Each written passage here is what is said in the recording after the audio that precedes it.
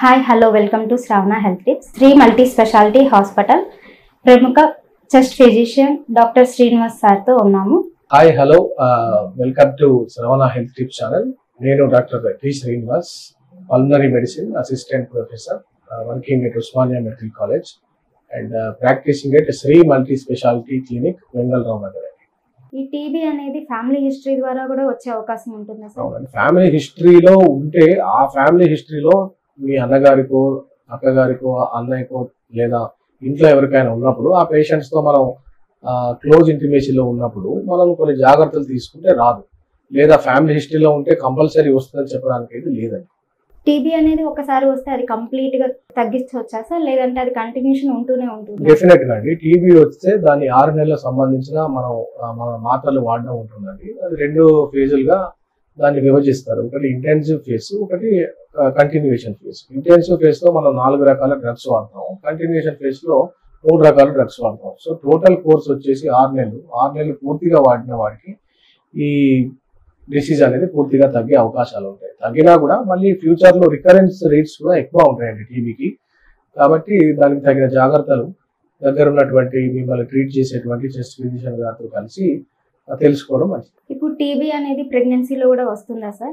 వస్తే ఎలాంటి జాగ్రత్తలు అవునండి, తీసుకోవాలి? టీబీ కూడా మోర్ కామన్ గా ప్రెగ్నెన్సీలో వచ్చే అవకాశాలు కూడా ఎక్కువే. కానీ ఒకవేళ ప్రెగ్నెన్సీ వచ్చిన తర్వాత వాళ్ళు సంప్రదించేటువంటి గైనకాలజిస్ట్ తో పాటు ఒక చెస్ట్ ఫిజిషియన్ తోడ్పాటుతూ ఉండి ఆ ప్రెగ్నెన్సీని కంటిన్యూ చేద్దాం అనుకుంటున్నారా వద్దా అనేది వారి గైనకాలజిస్ట్ సలహాలు తీసుకున్న తర్వాత కంటిన్యూ చేద్దాం అనుకుంటే టీబీ మందులు వాడుతూ ఉండాలి.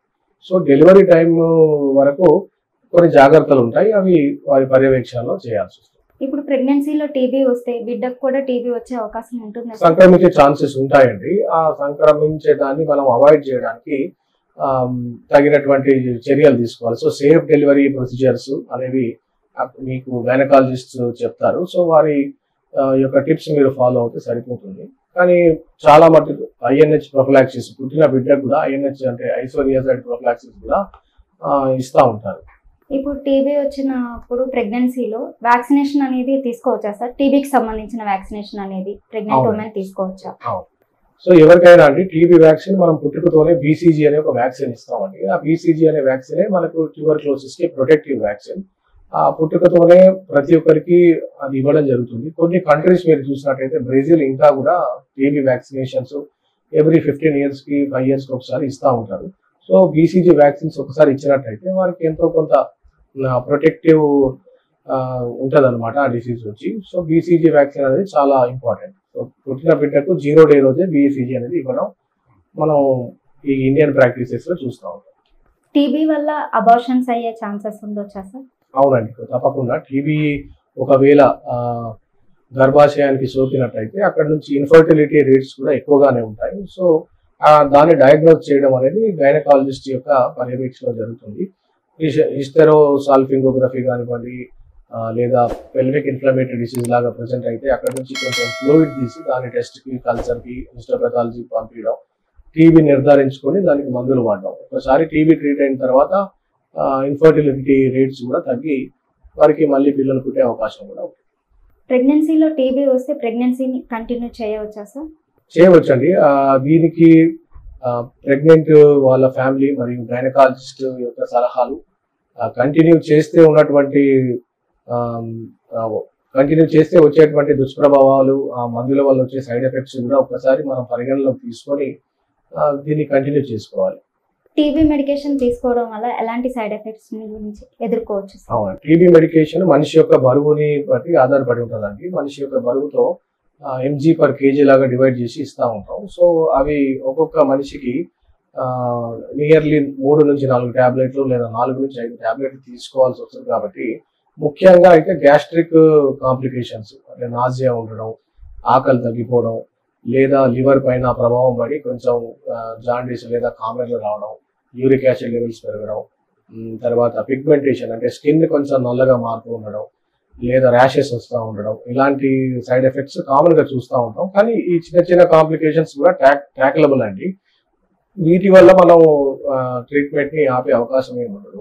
సో వాటిని మనం ట్రీట్మెంట్ కంటిన్యూ చేస్తూ కూడా ట్రీట్ చేసుకోవచ్చు. ఇప్పుడు టీబీ వచ్చిన వాళ్ళకి సన్నబడతారు అని అనడమే కాకుండా లావ్ అయ్యే ఛాన్సెస్ కూడా ఉంటాయా సార్? లేదండి, టీబీ అనేది ఒక క్రానిక్ డిసీజ్ కాబట్టి ఎక్కువ శాతం సన్నబడతారు. అంటే ఒక క్యాకెక్సియా అంటే మజిల్ ఎమాసియేషన్ ఇలాంటివి చూస్తూ ఉంటాం, మాల్ నరిష్మెంట్.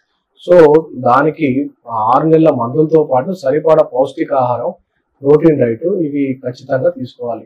టీబీ వచ్చిన వాళ్ళు ఎలాంటి ఫుడ్స్ తీసుకోవాలి సార్?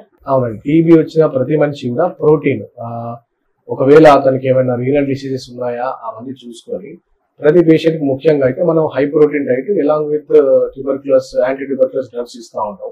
మీరు చూసినట్టయితే ప్రోటీన్ మనం గుడ్డు రూపంలో కానివ్వండి, లేదా మాంస రూపంలో కానివ్వండి, డైరీ ప్రోడక్ట్స్ రూపంలో కానివ్వండి, ఇవి మనం కామన్గా వచ్చే పేషెంట్స్కి కూడా ఇవి తీసుకోవాలని చెప్తా ఉంటాం. ఇప్పుడు టీబీ మెడిసిన్ అనేది ఎన్ని మంత్స్ వాడాలి సార్, లేదంటే లైఫ్ లాంగ్ ఆ మెడికేషన్ కంటిన్యూ చేయాల్సి ఉంటుంది? అవును, టీబీకి 6 నెలల కోర్స్ ఉంటుందండి. 6 నెలల తర్వాత కూడా దాన్ని ఎక్స్టెండ్ చేయాలా లేదా అనేది మీ యొక్క కన్సల్టెంట్ ఫిజిషియన్ పైన ఆధారపడి ఉంటుంది. ఆ టీబీ లక్షణాలు తగ్గిపోయి పూర్తిగా హెల్తీగా ఉన్నాడు, వెయిట్ ఇంక్రీజ్ అవుతుంది, లక్షణాల్లో ఎటువంటి మార్పులు లేవు, ఎక్స్రేలో కూడా లీజన్స్ తగ్గిపోతున్నాయి అని అంటే అది 6 నెలలు సరిపోతుంది. కొన్ని టీబీస్ ఎక్స్టెన్సివ్ డిసీజ్ కానివ్వండి, లేదా మల్టీ డ్రగ్ రెసిస్టెంట్ టీబీస్ కానివ్వండి, అవి ట్రీట్ చేయడానికి కొంత సమయం పట్టవచ్చు. అవి 9 నెలల నుంచి 12 నెలలు, 15 నెలలు అట్లా ఎక్స్టెండ్ చేసే కోర్సులు కూడా ఉంటాయి.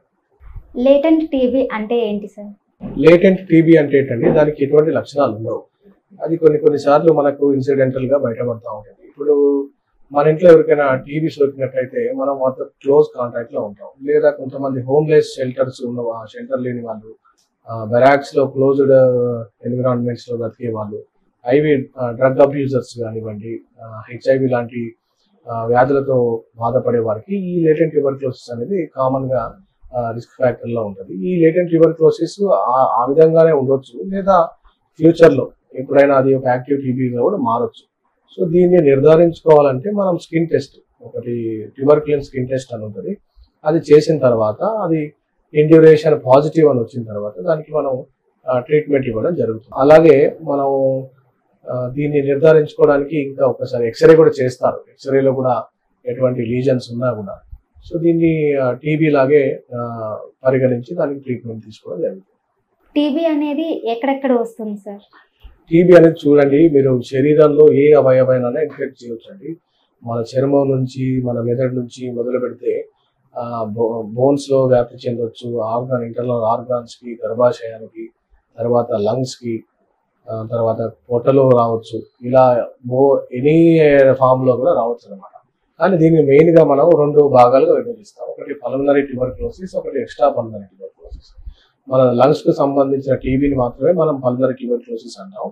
అక్కడ కాకుండా ఎక్కడ వచ్చినా, ఏ శరీర భాగంలో వచ్చినా దాన్ని ఎక్స్ట్రా పల్మనరీ ట్యూబర్క్లోసిస్ లాగా మనం పరిగణిస్తాం. Thank you sir. ట్యూబర్క్లోసిస్ గురించి, దాని లక్షణాల గురించి, అది ఎలాంటి జాగ్రత్తలు తీసుకోవాలో తెలియజేసినందుకు thank you so much sir. TB గురించి తెలుసుకున్నాం కదా, మీకు ఎలాంటి డౌట్స్ అయినా ఉంటే కామెంట్ రూపంలో తెలియజేయగలరు. Please like, share and subscribe Shravana health tips.